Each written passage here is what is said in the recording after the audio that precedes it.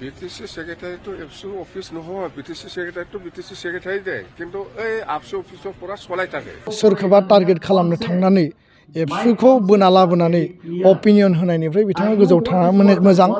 आरो बे खामानिखौ बिथाङा जाहाथे मावा बेनिखायनो आङो आर्नेस्टलि आपिल खालामो राजनितिक भाबै बिथांमोना मा प्रग्राम खालामदों मा हाबाफारि खालामदों जोंहा बिनि सायाव बुंनो गोनां गैया खिन्थु पलिटिकेल केम्पेन माने नोङो राजनितिक भाबै हाबाफारि लानायाव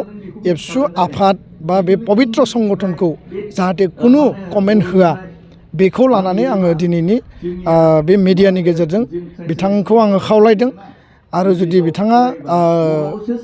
नेक्स्ट आरो जुदि कमेन्ट होबावब्ला जोङो माखासे खोथा साननो बाध्य जागोन गोजोन्थों दा एबसुखौ लानानै बिथाङा जि कमेन्ट होदों बेनिफ्राय बिथाङा गोजानाव थानांगौ आरो एबसुखौ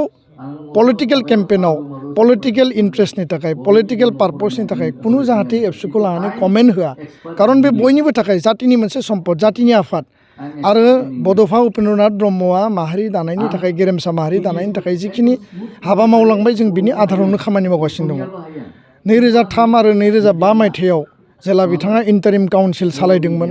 जेला बिथाङा बिटिसि सुक्ति खालामदोंमोन आरो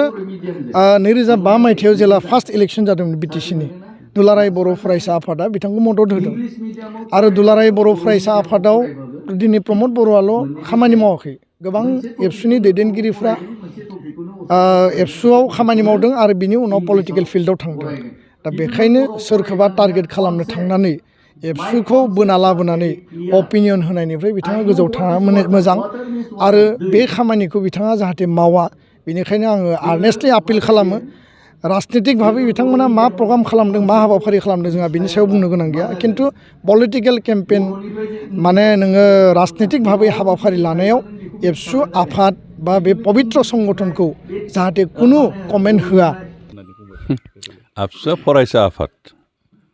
आबसुनि खोथा मथे बिटिसि सरकारा सोलिया मोनसे समाव आबसुनि जिहेतु आन्दलन खालामनाय समाव आबसु आन्दलननि साक्सेस जानाय समाव आबसुनि आखाइ दं बे थिगानो खिन्थु हेबोलि आथिखालनि जि सरकार बेखौ आबसुनि खोथा मथे जों सोलिया सरकारा सरकार आबसु आबसुआ जातिनि जिखिनि जेंना माहारियारि जि जेंना बे जेंनाखौ लानानै बिथांमोना खामानि मावगासिनो दं मालाबा सेन्ट्रेल गभर्नमेन्टजों सावरायनो गोनां जादों मालाबा स्टेट गभर्नमेन्टजों सावरायदों बिटिसि सरकारजों सावरायदों खिन्थु बिटिसि सरकारखौ कुनु दिन आबसुआ सलायाखै आरो सलायनायनि बाथ्राबो गैया खारन सरकारा बे रायजो राजानिसो सरकार आबसुनि सरकार नङा